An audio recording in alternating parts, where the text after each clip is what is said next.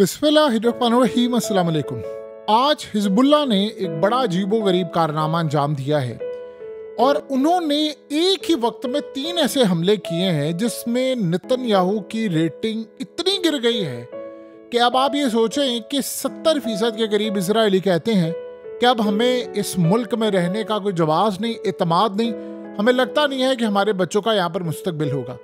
ये आपकी स्क्रीन पर जो मनाजिर चले इनको गौर से देखिए। इन्होंने क्या किया है, इन्होंने हसन नसरुल्लाह की तस्वीर रखी है सामने और नारा मारा है कि नसरुल्लाह तेरे नाम का बदला हम इजराइल से लेने जा रहे हैं। उसके बाद सीन ये हुआ है कि इन्होंने जो इनकी ज़ुवोलोन मिलिट्री इंडस्ट्रियल बेस है हाइफा के अंदर, जो हथियार बनाती है, चीज़ें बनाती है, वहाँ पर जाकर हिट किया और इसने मुकम्मल तौर पर अपने टारगेट्स को अचीव किया।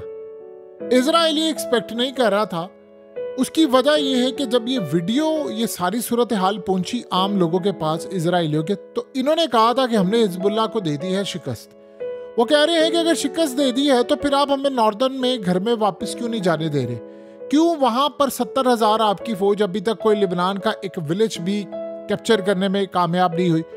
अब सीन ये हुआ है कि जब उन्होंने तस्वीर सामने रखकर तो उन्होंने कहा है कि हम बदला लेने जा रहे हैं, तो इजराइल के अंदर जहां जहां मीडिया पर या उनके लोगों ने इस वीडियो को देखा, उनको एक बात का अंदाजा हो गया कि हमारी फौज हमसे झूठ बोल रही है। क्योंकि उसके बाद जो हिजबुल्लाह ने ऐलान किया है, उन्होंने किया क्या है कि इनकी बॉर्डर की साइड पर एक गैदरिंग थी इजरायली फौजियों की, ये वहां पर सारे इकट्ठे हुए, कुछ लोग हुए, कुछ गए। इन्होंने हिजबुल्लाह को पता चला कि यहाँ पर मौजूद है, उन्होंने कुछ नहीं किया। उन्होंने हसन नसरुल्लाह की तस्वीर सामने रखी और उसके बाद कहा कि नसरुल्लाह तेरा बदला देख अब कैसा होने वाला है। ये कहकर उन्होंने बटन दबाया, सीधा उस गैदरिंग पर जाकर हिट हुआ और इजराइल के फौजी मारे गए। ये इजराइल के फौजियों का इतनी बड़ी, यानी एक तो लिबनान के अंदर एक बॉर्डर की साइड पर इनका इतना बड़ा झटका लगा कि उसके बाद इन्होंने एक ड्रोन भेजा, इजराइल ने ड्रोन भेजा हिजबुल्लाह को टारगेट करने के लिए। उन्होंने वो ड्रोन भी मार गिराया। यानी अगर आप ये देखें कि अब सीन ये हुआ है, ड्रोन भी मारा गया, इंडस्ट्रियल, इनकी खास तौर पर जो मिलिट्री इंडस्ट्रियल बेस थी वो भी तबाह हुई, और उसके अलावा इनकी जो गैदरिंग थी, ये सारे इकट्ठे हुए थे और उस गैदरिंग का अब ये सूरत हाल बड़ी अजीबोगरीब है, ये नहीं पता चल पा रहा इनको कैसे पता था। और आप ये सोचें कि एक बंदे के मरने पर उन्होंने इतने ऑपरेशंस किए, इतने ज़्यादा ऑपरेशन किए कि वो सारे के सारे जाकर हिट हुए। और इस सूरत हाल में अब आप ये सोचें कि सफ़ात से लेकर किरियात शमूना, हारिया, दीगर साइट्स इतनी बुरी तरह उन्होंने हिट की हैं कि आप उसका अंदाज़ा नहीं कर सकते। अब इजराइल असल में दुनिया को ये कह रहा था कि हम ये जंग जीत रहे हैं, हम लिबनान के अंदर ये कर रहे हैं, वो कर रहे हैं, वो सीधा जाकर वहाँ पर हिट हुआ। अब इजराइल के मीडिया ने बताया है कि जी हमें जो इस वक्त इतलात मिल रही है उसके मुताबिक इजराइल के ऊपर जो हमले हुए सुबह 7:30 हुए हैं, रॉकेट मारे गए किरियात शमूना में, फिर 8 बजे मारे गए, ड्रोन तबाह हुआ है, 9 बजे हमला हुआ है, 11:30 हुआ है, फिर 11:30, फिर तकरीबन 1:45, फिर 1:45, फिर 1:30 बजे, 2 बजे, 2 बजे। वो कह रहे हैं कि ये क्या मजाक है, ये हमले हो रहे हैं कि बारिश हो रही है, यानी हर आधे घंटे के बाद हमला हो रहा है और हमें ये बात अभी तक समझ नहीं आ पा रही कि हम कर क्या रहे हैं। इस सारी सूरत हाल में गैदरिंग के अंदर वो लोग मौजूद थे जो इस्राइल के लिए बड़े अहम लोग थे। और आप ये सोचें कि इस सारी की सारी सूरत हाल में इन्होंने बदला क्या लिया, इन्होंने गजा के अंदर आम लोगों को मारकर उसका बदला लिया है। और इस सारे के सारे मामले में इजराइल ने अब ये बात कह दी है कि जी हमास को कतर से अब निकालने की तैयारी है। हमने अमेरिका को कहा, अमेरिका ने प्रेशर डाला है और हमास को कतर से निकाला जा रहा है। हमास ने कहा ये झूठ बोल रहे हैं, ऐसी कोई सूरत हाल पैदा नहीं हुई, बल्कि उन्होंने एक हाथ आगे बढ़कर ये कहा है कि आखिरी दिनों में, यानी आप सोचें कि सबसे बढ़कर याहिया सिनवार के हवाले से उन्होंने कहा कि आपको पता है कि याहिया सिनवार जो प्लान देकर गया था, हम उस प्लान पर बिल्कुल अमल करते हुए हमने इस जंग को आगे बढ़ाया है। और उसने कहा था कि मैं आखिरी दम तक इसराइल से लड़ूंगा, हमें इस जंग को प्रोलोंग करना है, लंबा करना है, खींच कर ले जाना है, यानी इजराइल को कमज़ोर करना है, उसको तबाह करना है, और इतनी तबाही हम मचाएंगे कि इजराइल इस जंग से बाहर नहीं निकल पाएगा शिकस्त के बगैर। अब वो कह रहे हैं कि अगर हमने यहाँ पर एकदम, यानी ये जंग लंबी नहीं होती तो इजराइल को कामयाबी फिर ये मिलती है कि गजा हमारे हाथ से जाएगा, ये नहीं होने वाला। अब लिबनान ने असल में इस जंग का असल कहानी ये है कि लिबनान ने पासा पलटा है। इनके टैंक्स तबाह हो रहे हैं, इनके फौजी मारे जा रहे हैं, इनके लोग तबाह हो रहे हैं, नॉर्दर्न साइड पे आग लगी हुई है। अब असल कहानी ये है कि इसराइल को सबसे ज्यादा गुस्सा अगर इस वक्त किसी पर है तो वो है नेतन्याहू, यानी उसको आवाम को नेतन्याहू पर है, मिलिट्री एस्टैब्लिशमेंट को है। लेकिन नेतन्याहू को जो सबसे ज्यादा गुस्सा वो है ट्रंप पर। अब एक बड़ी इंटरेस्टिंग डेवलपमेंट हुई है। ट्रंप ने नेतन्याहू को पैगाम दिया है कि तुम ये जंग फौरी तौर पर क्लोज कर दो। मैंने उसके बाद कई इस्लामिक कंट्री से बातचीत कर रहा हूँ, तो वो तुम्हें एक्सेप्ट करने को तैयार है, तुम्हें ये जंग बंद करनी है। यानी वो बड़ी क्लियरली उसने कहा थी डील ऑफ द सेंचुरी जो थी, जिसके अंदर हम लेकर आ रहे थे अब्राहम रिकॉर्ड्स, जो आपको पता है कई कंट्रीज से, उन्होंने कहा कि अब हम मोर कंट्रीज उसमें ऐड करने जा रहे हैं, लेकिन ये जंग बंद करनी है तुमने। जंग किसी सूरत में कंटिन्यू करने नहीं दूंगा। लिहाजा इस सूरत हाल में मैंने जो लेबनीज अमेरिकन है उनसे वादा किया था कि उनको उनके घरों में वापस लेकर जाऊंगा, लिहाजा अब तैयार है ना। अब ये बात आप सोचें कि इनके लिए कितनी खतरनाक है कि वो कह रहा है कि नहीं, इस सारे मामले पर मैंने इनको वादा किया है, लिहाजा तुम जंग बंदी की तैयारी करो। इस वक्त आपको पता है 7 हफ्ते रह गए ट्रंप के आने में, और ट्रंप के आने से पहले कोई बड़ा खतरनाक काम करने की भी तैयारियां हैं।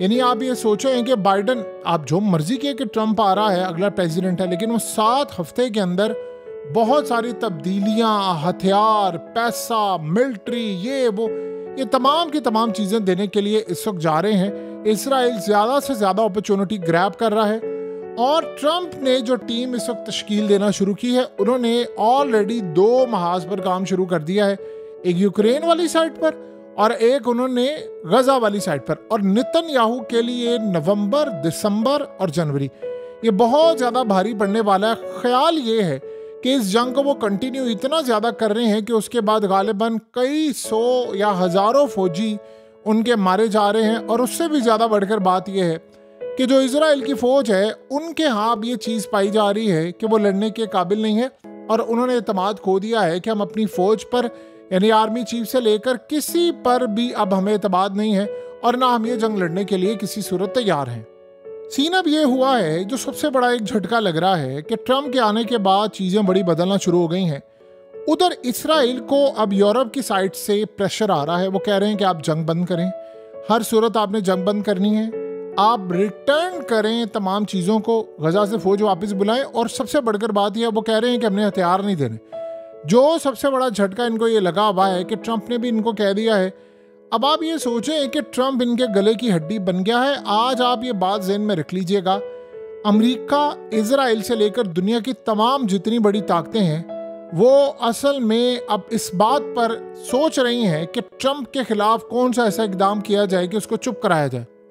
देखिए, ट्रंप कहता है मैं अपनी जान हथेली पर लेकर जा रहा हूं, इसके अलावा मेरे पास कोई रास्ता नहीं है, और उसको पल पर रिपोर्ट दी जा रही है। आपको पता है एक और भी बड़ी अजीबोगरीब सूरत हाल है कि ट्रंप इस वक्त इजराइल की रिपोर्ट देख रहा है कि लिबनान के अंदर इनकी हो रही है ठुकाई, इनको मार पड़ रही है बहुत बुरी, और ये कोई ऐसी वैसी मार नहीं है, ये इतनी खतरनाक मार है कि इसका इजराइल को इतना नुकसान हो रहा है, इतना ज्यादा नुकसान हो रहा है इजराइल को कि वो फ्यूचर के अंदर भी लड़ाई लड़ने के काबिल नहीं है। और उससे भी बढ़कर ट्रंप ये समझता है कि हमारे जो हथियार हैं हम इजराइल को दे रहे हैं वो असल में नाकाम हो रहे हैं। और अगर एक बात ज़हन में रखिएगा, ईरान के हमले में, क्योंकि ईरान ने एक बात हमेशा की है, जब उसने हमला करना होता है तो वो बताता नहीं है किसी को, और इसके बाद की सूरत हाल ये है कि अगर किसी वजह से थर्ड भी उनका तबाह हो गया तो फिर ट्रंप ने मजीद इन पर बैन लगा देना है कि हमने इनको असला नहीं देना। अब आप ये सोचें कि प्रेशर आ रहा है ट्रंप के ऊपर कि नॉर्थ कोरिया को रूस से दूर किया जाए, तो वो कह रहा है उसका एक ही रास्ता, यूक्रेन की जंग बंद करें। और अगर तुम चाहते हो कि रूस को ईरान से ज़रा दूर किया जाए तो फिर इजराइल को जंग बंद करना पड़ेगी। इसके अलावा कोई रास्ता अभी नज़र नहीं आ पा रहा। देखिए, हुआ क्या है कि हसन नसरुल्लाह को मारने के बाद जो ऑपरेशंस हैं इजराइल के अंदर वो बहुत ज़्यादा होना शुरू हो गए हैं। इतने, यानी आप ये सोचें कि हर आधे घंटे के बाद इजराइल पर हमला हो रहा है, मारा जा रहा है, उनको तबाही हो रही है, और वो बदले में क्या करते हैं, वो जाते हैं, वो आम लोगों को गजा में उसका निशाना बनाते हैं। अब आप इसकी छोटी सी मिसाल ले लें कि अब आप सोचें एम्स्टर्डम में जो कुछ हुआ है, वहाँ पर जो लड़ाई हुई है, वहाँ के पुलिस चीफ ने ये बात कह दी है, उसने कहा जी इजराइलियों ने सारी लड़ाई शुरू की थी और उसके बाद इन्होंने वहाँ पर झंडे चलाए थे, वहाँ पर लोगों को उकसाया था, फिर उसके बाद लड़ाई शुरू हुई। अब यहाँ से आप अंदाज़ा कर लें कि चीज़ें किस रुख पर जा रही हैं कि इजराइल के खिलाफ इंटरनेशनल सतह पर मामलात महाज खुलते जा रहे हैं, उसकी पोजीशन कमज़ोर होती जा रही है। आपको ये बज़ाहिर लगेगा कि इजराइल अभी तक यानी बहुत सारा उसने दुनिया पर एक राज किया हुआ है, लेकिन ये जो छोटे छोटे इवेंट्स हैं कि वो एक तो वो जंग नहीं जीत पा रहे, उनकी फौज मारी जा रही है, टैंक्स तबाह हो रहे हैं और हसन नसरुल्लाह का बदला लिया जा रहा है, ये असल में इजराइल को अंदर से खोखला कर रहा है। और इतना खोखला कर रहा है कि अवाम, मिलिट्री, यानी तमाम के तमाम उसके खिलाफ नेतन्याहू के हो चुके हैं। और अब ट्रंप ने आखिरी कसर पूरी कर दी है, ऑफिस संभालेगा तो चीज़ें बड़ी सेट हो जाएंगी।